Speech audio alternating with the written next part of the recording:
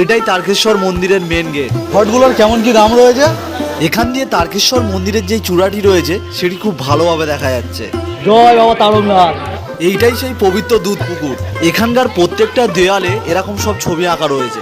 আজ শ্রাবণ মাসের 4 তারিখ আর আমি এখন রয়েছি হাওড়া রেলওয়ে স্টেশনের সামনে। তো এখান দিয়ে এখন যাব তারকেশ্বর। তো চলুন যাওয়া যাক। এইটাই হলো হাওড়া স্টেশনের ওল্ড বিল্ডিং। এখান থেকেই তারকেশ্বর যাওয়ার ট্রেন আপনারা পেয়ে যাবেন। হাওড়া স্টেশন থেকে 30 টাকা দিয়ে একটি রিটার্ন টিকিট কেটে নিলাম, আর সঙ্গে সঙ্গে হাওড়া স্টেশনের 4 নম্বর প্ল্যাটফর্মে দিয়ে দিয়েছিল তারকেশ্বর লোকাল। এখন সামনে দিয়ে আসছে আমাদের ট্রেন তারকেশ্বর লোকাল।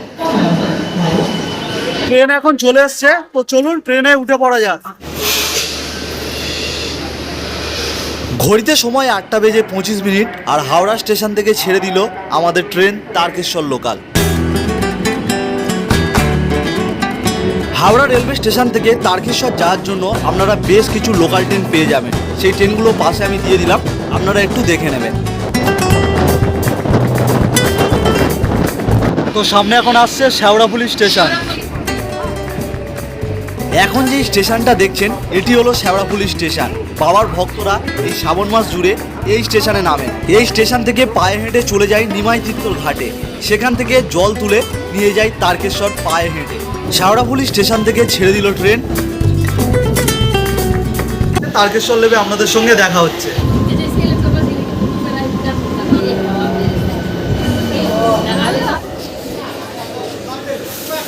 তো ঘড়িতে এখন সময় 9:47 আর এসে পৌঁছালাম তারকেশ্বর রেলওয়ে স্টেশনে। তারকেশ্বর রেলওয়ে স্টেশনের 1 নম্বর প্ল্যাটফর্মে এসে দাঁড়িয়েছিল আমাদের ট্রেন। তো আমাদের টিকিট কাউন্টার থেকে এখন বাইরে বেরিয়ে যেতে হবে।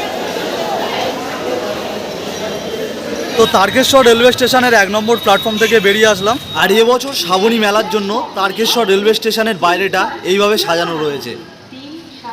এখানে পুলিশ সহায়তা কেন্দ্র, চিকিৎসা কেন্দ্র রয়েছে।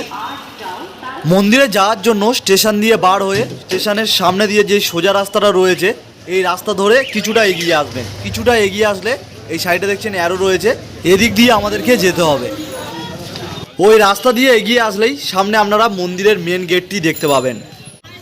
যারা গাড়ি নিয়ে আসবেন ভাবছেন, এটাই হলো মন্দিরের মেন গেট, আর এর ঠিক সাইডেই রয়েছে পার্কিং এরিয়া।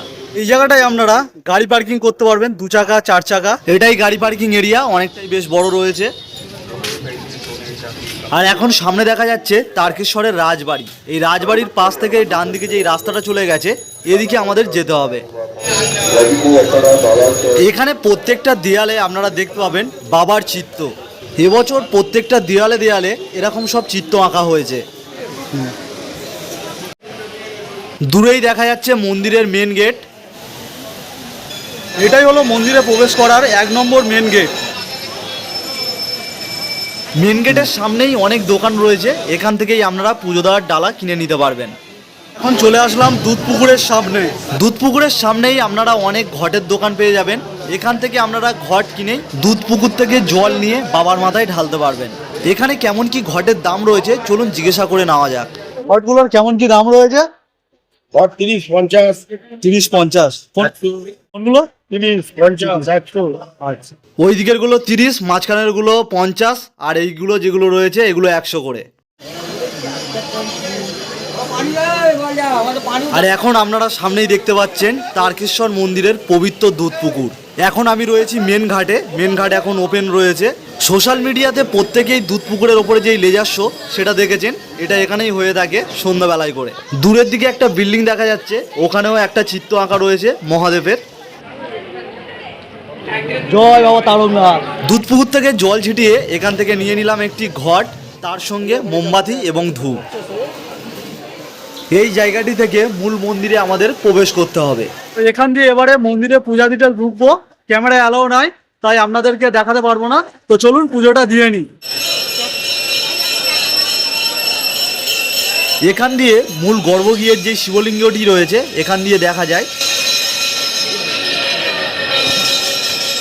আবার পূজা দিয়ে এখন বেরিয়ে আসলাম। এদিকেও পরপর অনেকগুলো দোকান রয়েছে, এখান থেকে আপনারা পূজার জন্য ডালা কিনে নিতে পারবেন। এখান থেকে আপনারা বাবার মন্দিরটাকে খুব ভালোভাবে দেখতে পাবেন। একবার দেখাই, দেখুন, এই দেখুন তারকনাথ মন্দিরের যেই চূড়া, এখান থেকে আপনারা দেখতে পাবেন। জয় বাবা তারকনাথ। এদিক দিয়ে আসলে সামনে এখানে আরেকটি ঘাট রয়েছে। দুধপুকুরের মেন ঘাটটি বন্ধ থাকলে এই ঘাটটি ওপেন থাকে, এখানে তখন স্নান করে সবাই। এখানে থাকার জন্য হোটেলগুলো এদিকে সব রয়েছে। তারকেশ্বর মন্দিরের মেন 1 নম্বর গেটের দিকে আসলেই আপনারা যাত্রী নিবাস মানে থাকার জন্য এখানে অনেক হোটেল পেয়ে যাবেন এবং পরপর অনেক দোকানও রয়েছে। আপনারা যদি চান যে বাড়ির জন্য কিছু কিনে নিয়ে যাবেন, ফটো বা আরও অনেক কিছু, এই সব দোকানে আপনারা পেয়ে যাবেন। যেমন এখানে দেখুন এই আচার রয়েছে। খাওয়া দাওয়া করার জন্য আপনারা এখানে অনেক হোটেল পেয়ে যাবেন, নিরামিষ সব হোটেল, নিরামিষ খাবার দাবার এখানে সব পাওয়া যায়। পরপর অনেকগুলোই খাবারের দোকান রয়েছে। এখানে আপনারা যখন পুজো দিতে আসবেন একটা কথা মাথায় রাখবেন, অনেক দালাল কিন্তু এখানে রয়েছে, আপনাদেরকে ডাকবে, এদের চক্করে একদম পড়বেন না। আপনারা নিজের ইচ্ছায় আসবেন, নিজেরাই পুজো দেবেন, নিজেরাই ডালা কিনবেন, সব কিছু নিজেরাই করবেন, নাহলে কিন্তু আপনাদের পকেটের খরচা অনেকটাই বেড়ে যাবে। কেমন লাগলো আজকের আমার ভিডিওটি যদি ভালো লাগে অবশ্যই একটি লাইক করে দেবেন, আর এরকম ভিডিও পেতে আমার চ্যানেলটিকে সাবস্ক্রাইব করে রাখবেন।